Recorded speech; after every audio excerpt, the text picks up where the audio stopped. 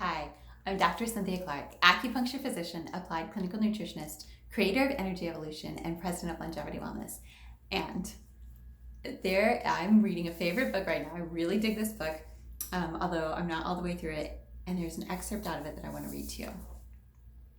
This book is called Suggestible You, and it is an in-depth look at the placebo effect and something else that we're going to talk about called the nocebo effect. Let me read you this excerpt. It says, "Scary headlines simply pack a bigger punch." In 2014, even before anyone had died of Ebola in the United States, a full 25% of Americans were worried that they or their families could contract it. Thousands of people visited doctors claiming they had signs of the virus, and 650 of those people had symptoms serious enough for their cases to be passed on to federal officials. In the end, only 4 people actually had the disease. A visitor who got it in Liberia, 2 nurses who treated him, and a doctor who'd been working in the Ebola zone. Consider the so-called second-year syndrome, whereby medical students become convinced they have all the diseases that they are studying. Have you ever heard of it working the other way? Students being convinced that they're being cured by various treatments they are studying? Of course not. We are more strongly wired for fear than we are for relief. Suggestible You is the name of the book. And I want to talk to you about keeping your peace in a time of great fear and anxiety. So first of all, be aware that the emotion of fear is a symptom of the kidneys being taxed. And by the way, the adrenal glands are considered to be part of the kidneys. Adrenals, renal is the kidneys, ad is Latin for to or toward. So it means that it's right on top of it. And when our kidney meridian and our adrenals get taxed, then we wind up tired and fearful. When I lived in Austin, Texas, I used to ride my motorcycle to class every day, which was a beautiful ride, but it was also like trafficy. And during the time that I had exams, during exam weeks, while I was riding my motorcycle to class, I would constantly be afraid that somebody was going to cut me off or run me off the road or do something crazy.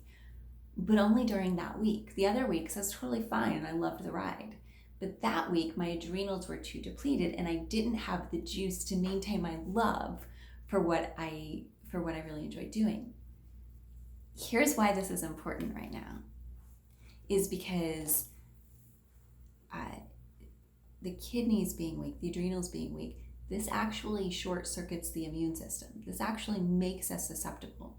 So I want to talk to you about the science behind something called the nocebo effect. You're familiar with the placebo effect. Somebody thinks that they're going to get better. They're given a pill that says you're going to get better. They take the pill and they get better, even though the pill was a sugar pill, or more likely it's like an inert corn pill these days.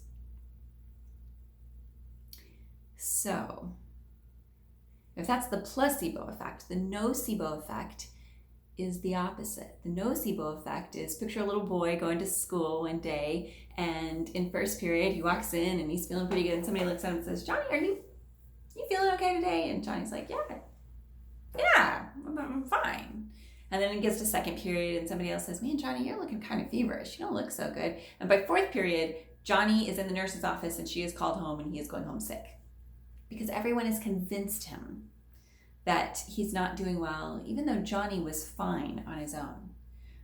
Recently, I had this happen with a client, a lady who is very, very thin. She's very healthy. In fact, she's one of the healthiest people I know. I'm constantly in admiration at the state of health that she is in. But she had gone to a luncheon and a couple of people said something to her that got her a little funny in the head and made her feel like there was something wrong with her. And even though she's a brilliant, resilient character, we're all human, and she picked up this little thing like maybe there was something wrong with her. So once we let go of that, she didn't have any of those health issues. She didn't have any of those problems that she was worried about before. So I want to make you aware that fear and kidney depletion, fear in and of itself, and anxiety and worry, these things in and of themselves deplete the immune system. And that's a problem. because that's always a problem. Okay, so things that you can do right now. One is that I'm going to send you a link to the meditation that I put out last week in case you missed it, because it's a really great meditation and I really like it. Two, take good care of yourselves. Do the things that you know that are healthy. For example, I went to Detweiler's the other day, which is a farmer's market if you're not from around here, which is a farmer's market. And I love this store because they had put up a big sign under the broccoli that said, broccoli and cauliflower have vitamin C. So do bell peppers. This is a great time to get your nutrients from those natural sources. This is not the time to stress out and stress eat or junk food eat, which is what a lot of people do when we get stressed out, is we reach for like the sugary foods or the snack foods or the chocolate. So honor your body and do the good things for it. If you think you have a sore throat, then I would encourage you to take a minute, breathe, do your things like maybe gargle with some salt water, or and like I trust that you are doing all of the intelligent things about hand hygiene and all of the smart things that you should be doing during flu season anyway, but maybe you don't tend to think of. By the way, this is how people tend to do things in Japan. I went to Japan last year to go visit my aunt and uncle and got to be there for almost 3 weeks, and like this was just par for the course. So I woke up in America and I was like, we landed in Japan, the very clean country. Well, fantastic, good. That's one of the good things that we can take away from this is good hygiene.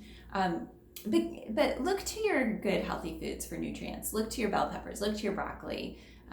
Look to the entire variety of the rainbow. If you eat the rainbow, then you will feel better and your immune system will be stronger. Recognize that your immune system is the underlying functioning of your entire body and being.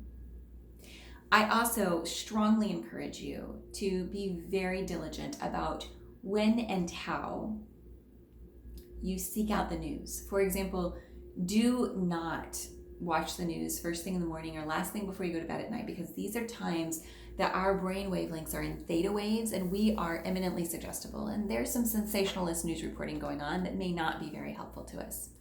I strongly encourage you to research and to seek out your own information rather than just listen to what is being said, because that is the news is designed to be sensationalist.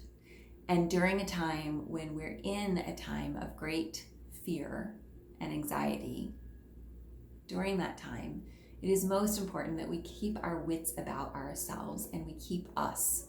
We keep our integrity. We keep our identity, so that we are not prone to make unwise decisions like buy up all the toilet paper in the nation. I'm still not sure how that came together, but it's a panic mode thing, and it's not something that you have to be subject to, while at the same time you do very, very much want to be subject to smart behavior. So if you do not already know, Longevity Wellness offers telemedicine appointments.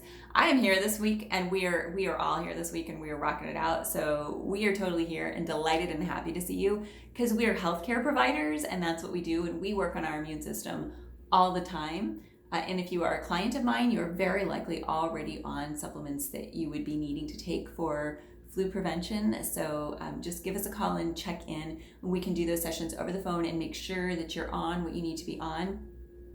If you are not, we can ship to you, and I can also tell you what to get at the grocery store, because that is how I also take care of myself. So I'm delighted to help you in that way. Most importantly, stay strong. We got this. I mean, good Lord, we got through Irma. We totally have this. I love you. I'm sending lots of love to you and strength and encouragement. And just remember that we've been through tougher things before. And keep your love frequency strong. All right, that's good medicine. This is Dr. Cynthia Cluck.